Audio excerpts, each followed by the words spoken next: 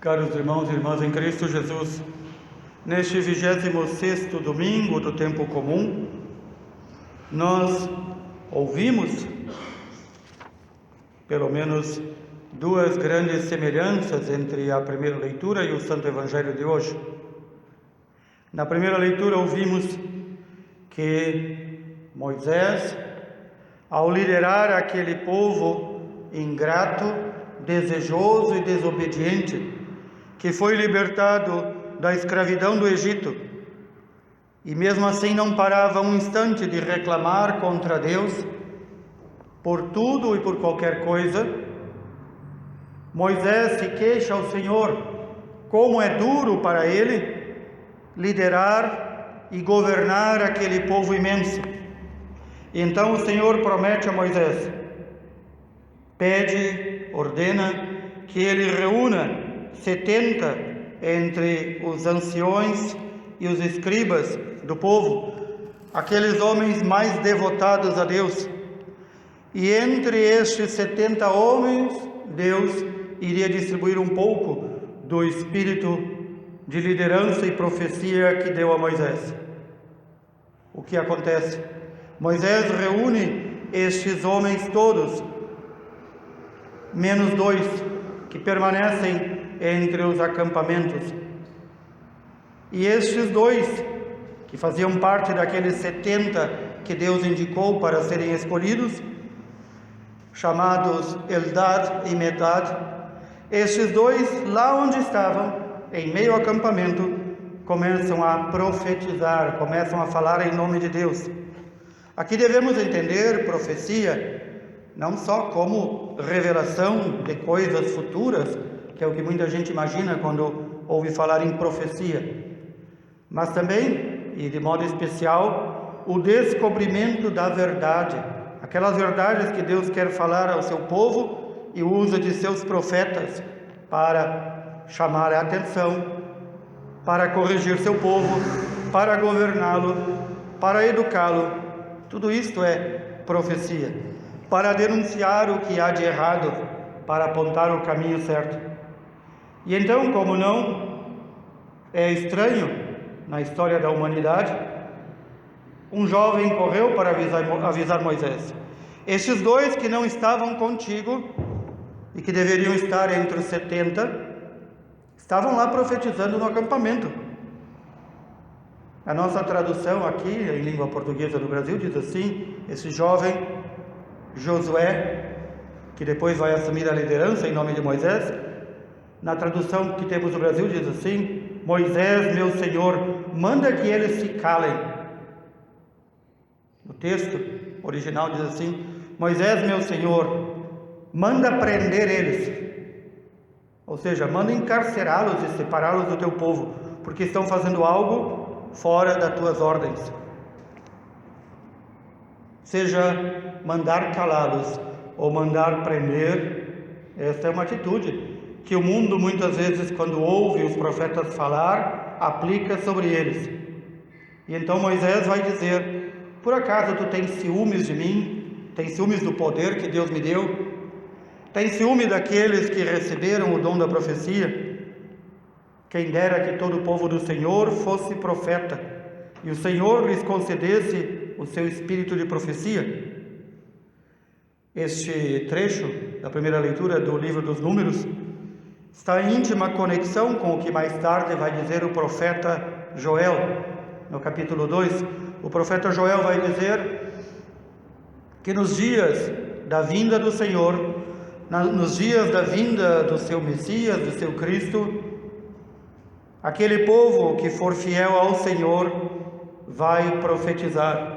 E então diz o profeta Joel, ou melhor, diz Deus por meio do profeta Joel: derramarei o meu espírito de profecia sobre homens e mulheres, sobre crianças e velhos, sobre todos. O que é que nós ouvimos e sabemos dos Atos dos Apóstolos? Depois da vinda e da ressurreição do Senhor, morte e ressurreição do Senhor, os discípulos se reúnem por ordem do Senhor, e então o Espírito Santo é infundido sobre eles, e eles passam a profetizar e a louvar a Deus em línguas que eles mesmos não entendiam, mas que todos aqueles povos que para a cerimônia do Pentecostes estavam reunidos em Jerusalém, cada povo entende na sua língua. Esse derramamento do Espírito Santo não é um momento único que aconteceu nos Atos, como é narrado nos Atos dos Apóstolos. É um sinal repetível muitas vezes na igreja, em momentos de maior necessidade do povo de Deus. O derramamento do Espírito Santo como dom de profecia, como dom de Deus para governo do povo de Deus e para esclarecimento e ensino do povo de Deus, se dá com este sentido: ensino, esclarecimento, profecia, condução do povo. Não é manifestação do Espírito Santo alguém se jogar como uma barata que tomou veneno e rolar no chão. Isso é um problema mental, psicológico e psiquiátrico a ser tratado. Não é dom do Espírito Santo ficar pulando como um animal irracional. Não, o derramamento do Espírito Santo é para ser claro para aqueles que veem o sinal do Espírito Santo. Portanto, fujam de qualquer manifestação de distúrbio psicológico que digam que seja manifestação do Espírito Santo.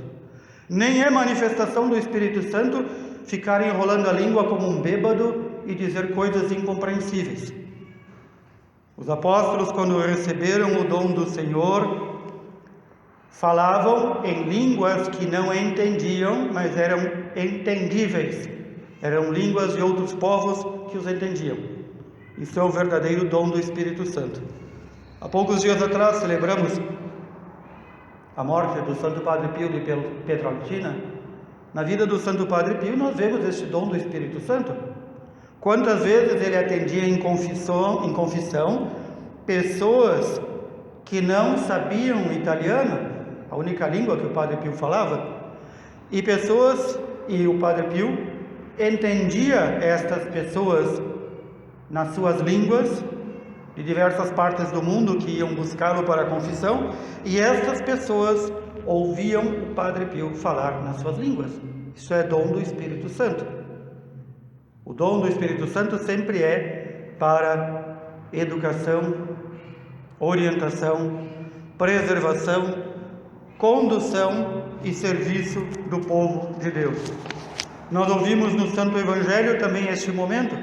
Notemos, no livro dos Números é um jovenzinho, ainda um jovenzinho. Este jovem Josué que vai se queixar que alguns homens profetizam não estando na tenda da reunião como Moisés havia mandado estar. Também no Santo Evangelho de hoje é um jovenzinho, João, o mais jovem dos discípulos, que vai se queixar ao Senhor: Senhor, nós vimos um homem expulsar demônios em teu nome, mas nós o proibimos porque ele não nos segue. Ou seja, nós vimos alguém fazer obras que tu nos mandou fazer, mas nós o proibimos porque ele não faz parte do nosso grupo. Caríssimos irmãos e irmãs, o Espírito Santo, como nos ensina a Sagrada Escritura, sopra aonde quer. Sopra até mesmo entre aqueles nossos irmãos e irmãs que não fazem formalmente parte da igreja, desde que sopre sobre eles a verdade. O Espírito Santo não pode se dizer que sopra nas seitas criadas pelos homens, se não os leva a conhecer a verdade. O Espírito Santo jamais vai dizer a alguém que está em uma seita, em uma falsa igreja: permaneça aí que aí está bom, aí tu também serve a Cristo. O Espírito Santo jamais vai manifestar seus dons, distribuir seus dons em lugares onde ele não é ouvido e atendido. E no entanto o Senhor diz: não o proibais, pois ninguém faz milagres em meu nome para depois falar mal de mim. Quem não é contra nós é a nosso favor. E então complementa o Senhor: quem dera a um dos seus discípulos que seja um copo d'água, porque eles são de Cristo, vai receber a sua recompensa.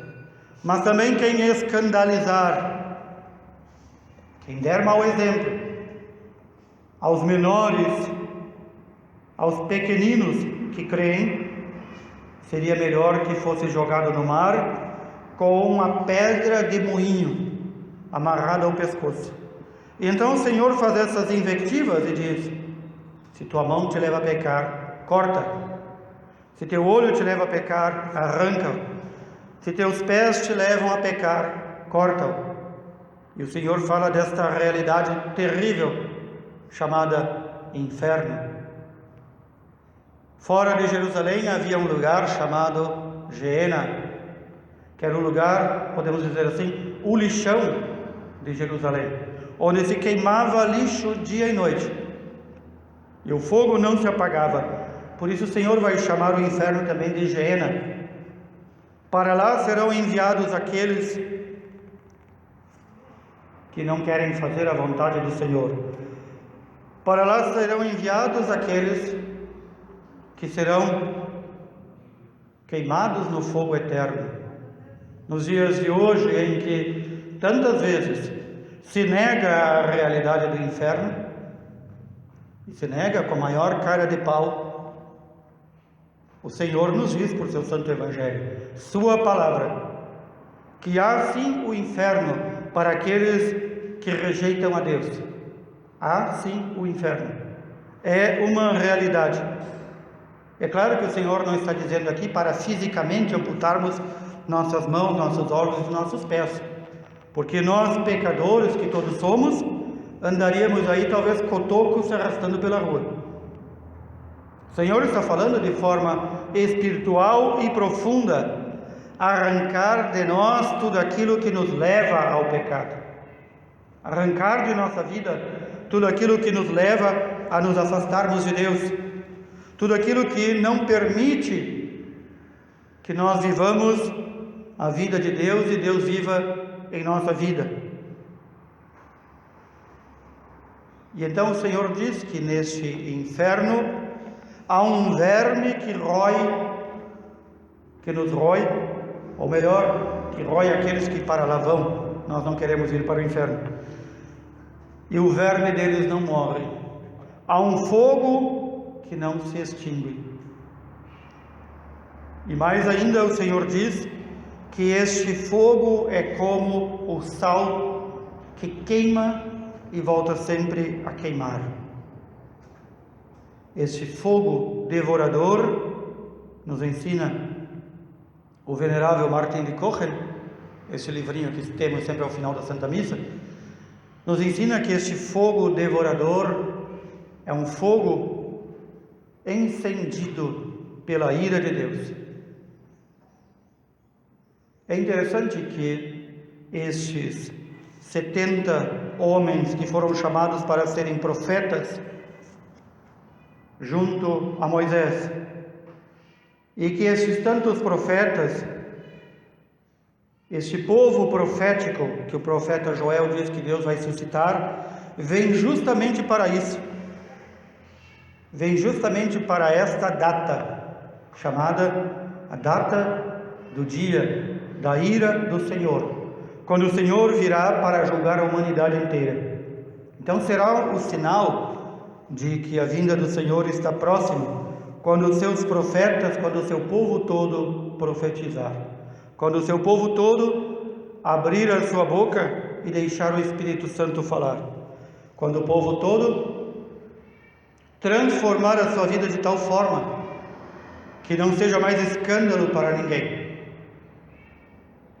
Nós vemos esses dias, nós vimos muitas vezes na história da igreja, e nós o veremos, se assim Deus quiser, ainda vivos nesta carne, este dia do juízo do Senhor, em que sua ira acende as fornalhas do inferno para aqueles que não quiseram nada com o Senhor e o rejeitaram, mas que também conduz o servo obediente ao paraíso, restitui-o à máxima santidade. Nós ouvimos também, como segunda leitura hoje, a carta de São Tiago, no qual ele faz esta peroração contra os ricos. Não há nenhuma novidade aqui. É a mesma que o Senhor o fez no Evangelho. Ai de vós ricos, porque já tendes vossa consolação, diz o Senhor. São Tiago diz, agora, ou seja, agora começou o julgamento. Ai de vós ricos. E muita gente, quando ouve esta ai de vós ricos, diz assim, não, mas eu sou pobre. Cuidado, aqui ricos não é só aqueles que ajuntam riquezas materiais, que ajuntam dinheiro. Não é somente aqueles que exploram os mais pobres e deixam os mais pobres morrerem de fome. Estes ricos somos todos nós, que vemos irmãos nossos atirados na rua, debaixo das pontes, mortos em vida, e não fazemos nada para resgatá-los. Nós vemos nossos irmãos mortos para a vida de fé e para a vida da graça, porque afastados de Deus e de sua igreja, e não fazemos nada. E então o Senhor vai dizer, vós também sois ricos, vos enchi de graças e bênçãos, e vocês amontoaram essas graças e bênçãos e não fizeram nada pelos outros. Os enchi de dons e talentos e não fizeram nada pelos outros. Diz São Tiago. São Tiago repete aqui o que diz o Senhor, mas também repete o que diz o profeta Isaías. O grito dos trabalhadores que não recebem seu salário. O grito do trabalhador do campo que passa fome.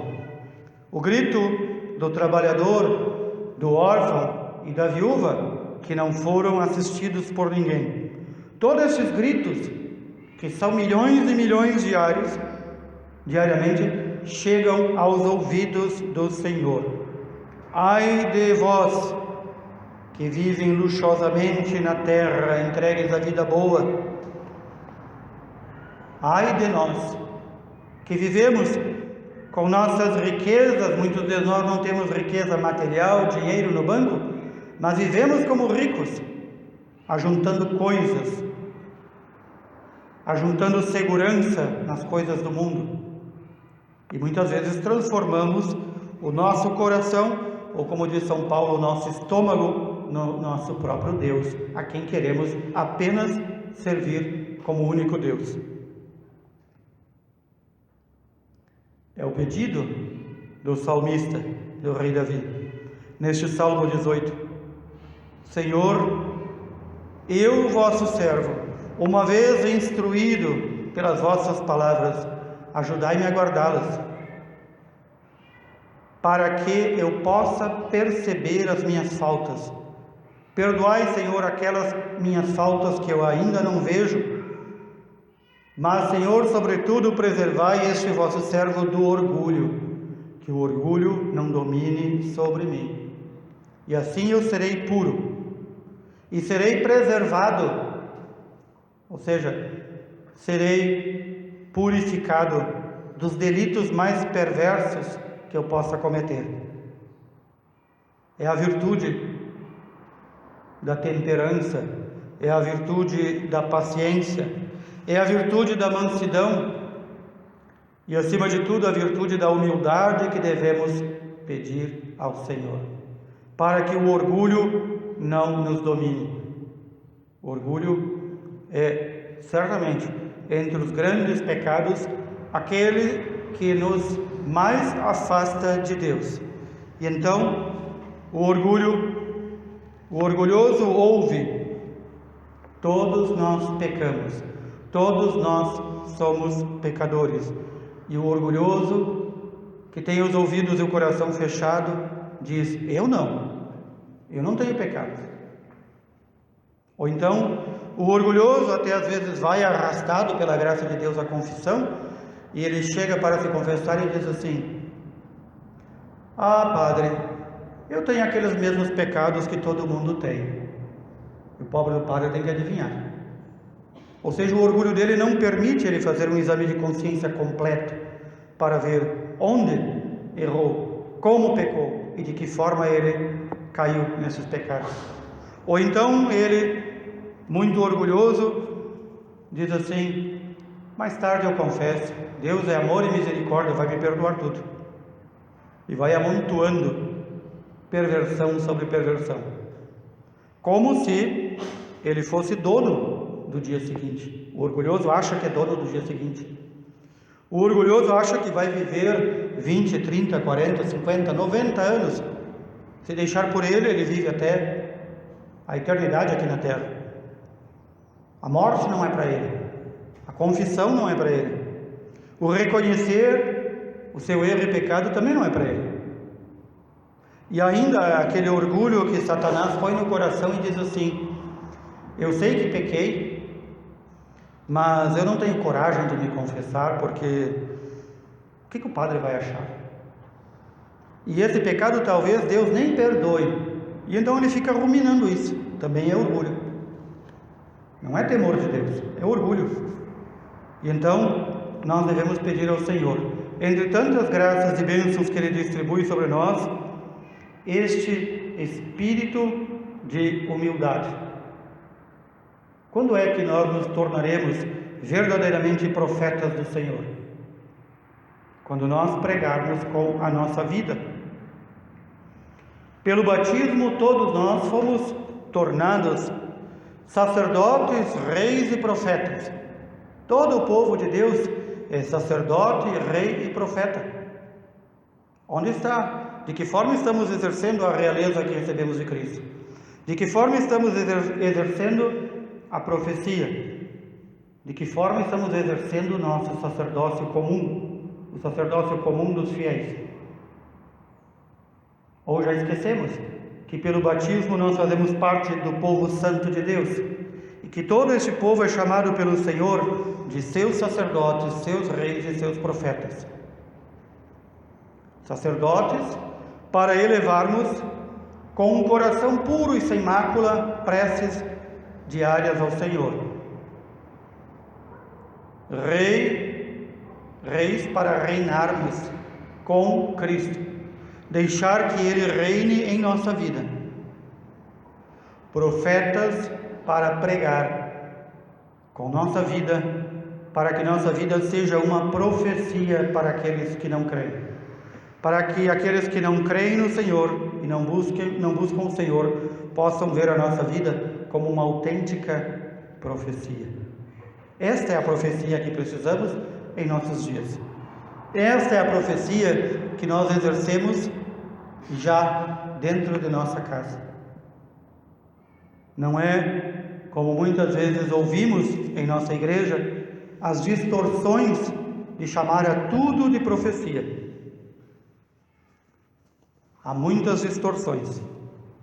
Nós todos que fomos chamados pelo batismo do Senhor a ser profetas, temos sim que denunciar as injustiças sociais e apresentar a palavra de Deus, o que diz sobre ela.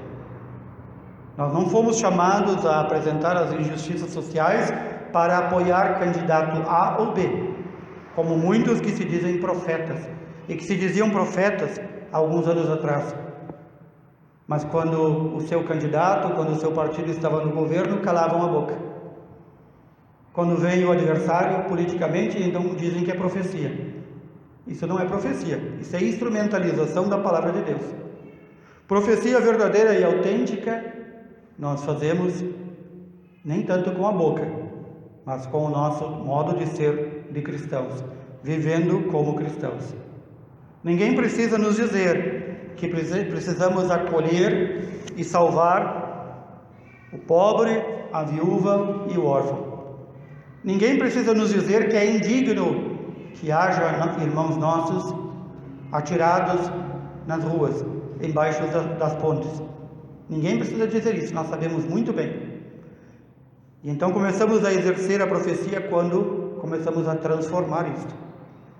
começar a transformar a nossa casa, depois a nossa rua, depois o nosso bairro, depois a nossa cidade, nosso país e o mundo, para que o nosso testemunho seja verdadeiro, para que nós vivamos esse espírito de profecia.